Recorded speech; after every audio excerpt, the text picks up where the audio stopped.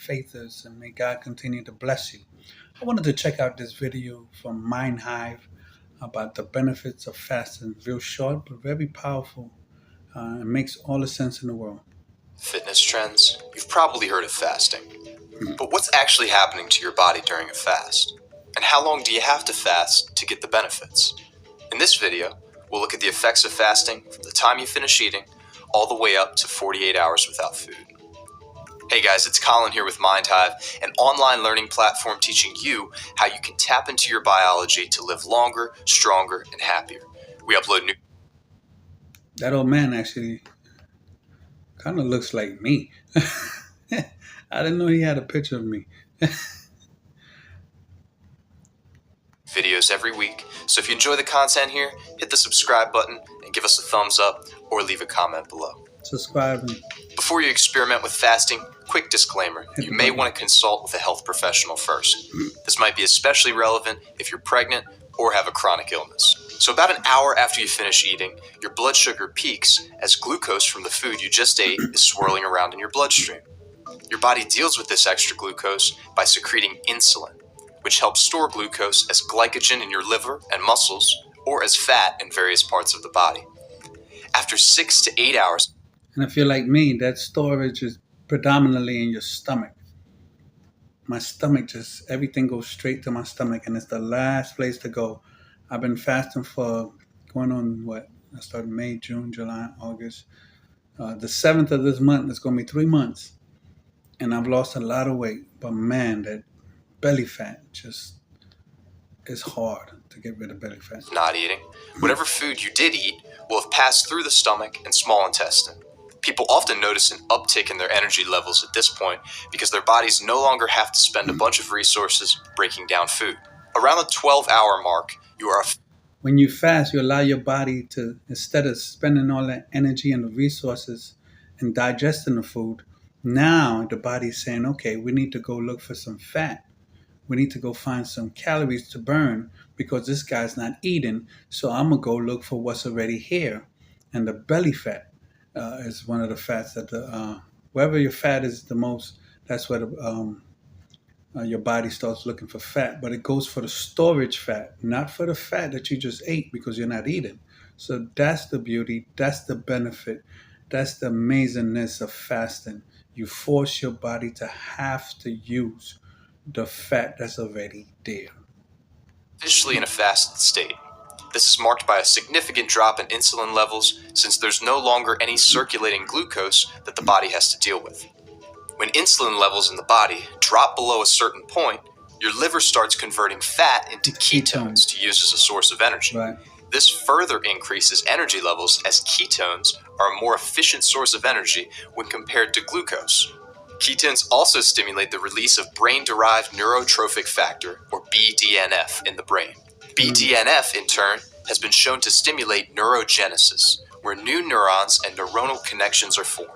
This is particularly exciting news when it comes to the study of long-term memory and neurodegenerative diseases like Alzheimer's. Wow. All of these effects continue as the fast is prolonged. So fasting helps prevent Alzheimer's and can also help to treat Alzheimer's because you're getting rid of the extra glucose that's in your brain. I've heard it say that Alzheimer's is type 3 diabetes, they calling it, or type 4, because there's too much glucose in your brain. But around the 20-hour mark, the body starts producing endogenous antioxidants. Whoa, all right, now you're scaring me with big words, Colin. Don't worry.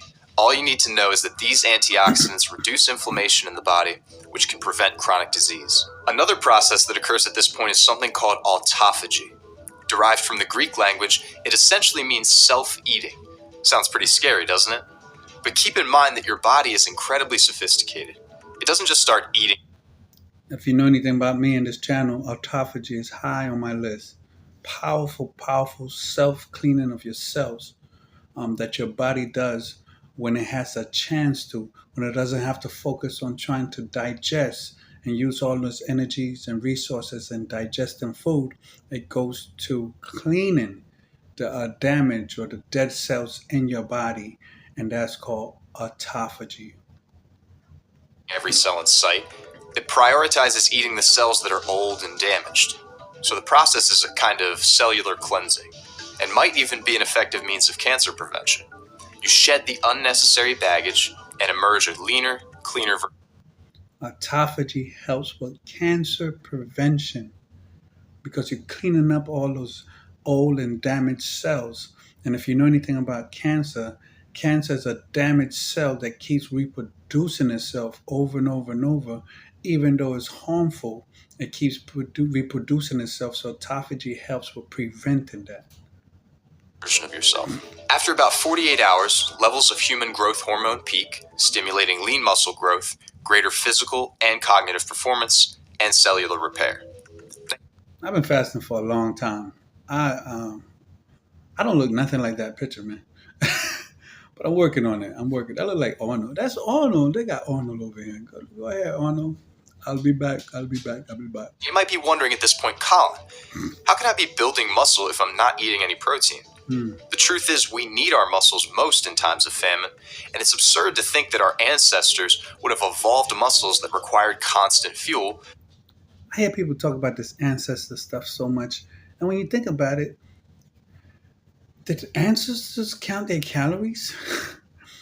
Did the ancestors say, hey, we got to eat half of this pig or half of this giraffe because it has such and such so much protein?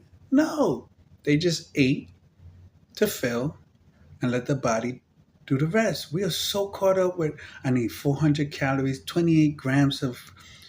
Our ancestors didn't do that because they didn't know how to do it. There wasn't no system in place to do it. They just ate unto fill, ate healthy unto fill. We need to do the same. Stop worrying about so many. I need 18 proteins, 62 grams of fat, 168. Mercy, it's like a darn math. It's a math test, a geometry test. Just trying to figure out which micros and micros and no. Just eat healthy. I prefer a whole food plant-based diet. Eat healthy, different varieties, and you'll get all and everything you need.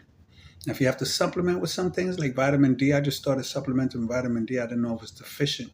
Then you supplement, but eat healthy, whole food, of plant-based variety, and you should be able to get all and everything you need, including protein. When they might not know where their next meal is coming from. This cultural obsession we have with constantly eating isn't backed by any real science, and probably does more harm than good in a lot of cases. Right. This is, oh, you need 3 meals a day. Oh, you need 3 meals a day. Oh, you need 3 meals a day. You're going to die if you don't eat 3 meals. That's a new song. You're going to die if you don't eat 3 meals a day. Oh, you need 3 meals a day. You're going to die if you don't eat 3 meals a day. Oh, you need. It's not going to go platinum, though, but it sounds all right. That's what you hear all the Man, what you doing? I'm fasting. You're going to die. You're going to make yourself sick. How? You're not going to make it. Where you getting your protein? Where? I'm like, you got to be kidding me. But if I sit down and eat a whole cake and some hamburger and pizza, nobody asks me, bro, don't you think you're eating too much? Don't you think you had too much sugar? You probably had too much protein. I've never heard. Never. Unless it's my wife or something, I might say, hey, baby. But nobody thinks it. But the moment you say you're fasting, you're just going to eat 1 meal a day, you're going to die. Where do we get that from? We've been trained and indoctrinated to believe that we need 3 meals a day, and it's killing us. And that's why everybody in America is obese, and people that adopt this Western diet are also obese worldwide. Fasting is powerful. Fasting helps. Fasting cleanse your body. Fasting helps prevent Alzheimer's, cancer, and helps with all and every other disease. Please don't let nobody lie to you anymore. Fasting is the oldest, longest, well-kept secret. That's not really a secret. And it's the easiest and it's the cheapest thing to do for your own health. That's why the pharmaceutical company do not want you to adopt fasting as a lifestyle. because you might put them out of business. And they need their money, money, money. It's important to note that all of the effects we've mentioned thus far continue as the fast is prolonged past the 48-hour mark, but that they exhibit diminishing returns. For example, most researchers agree that the fat-burning effects of fasting peak between 12 and 16 hours. In much the same way, studies on autophagy and fasting reveal that the peak levels of autophagy occur between 24 and 36 hours of not eating. 24 and 36 hours of not eating is the peak hours of autophagy. I believe that it starts to no longer be peaking after, I think, 72. Folks, you can do 24 hours. You just eat one meal, then don't eat again. Let's say you eat. I'd rather do in the morning. That's just my body. I can't eat at night.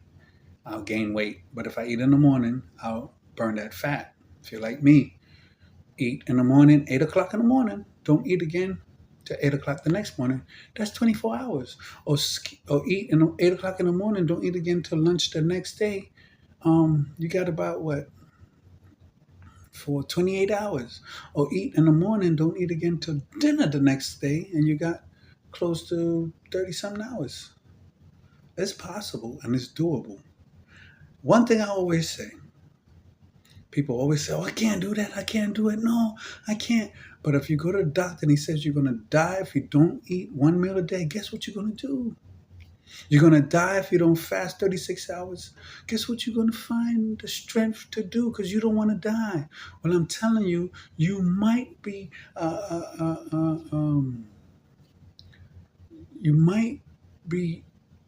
prolonging your life. You probably will prolong your life if you adopt fasting as a lifestyle. And if you're not prolonging your life, then you're cutting yourself short of life by not adopting fasting because we're eating ourselves to death. And God says, I want you to prosper and be in good health. That's what the Lord said, not me. I said it. After which point, there's a significant drop-off. Thus, it's important to be clear about why you're fasting in the first place. Are you trying to control your weight? Do you want to increase focus and brain health? Once again, I don't know where he got that picture from, but that's me in my belly. This guy might be spying on me. We gotta watch this guy. Anyway. Want to prevent disease or maybe improve longevity? So there you have it. Now you have a basic understanding of what's going on at each stage of fasting. It's my hope that you can use this knowledge to find the fasting window that works best for you. As always, if you enjoyed the content here, be sure to give the video a like and hit the subscribe button for new videos every week. And until next time, happy hacking.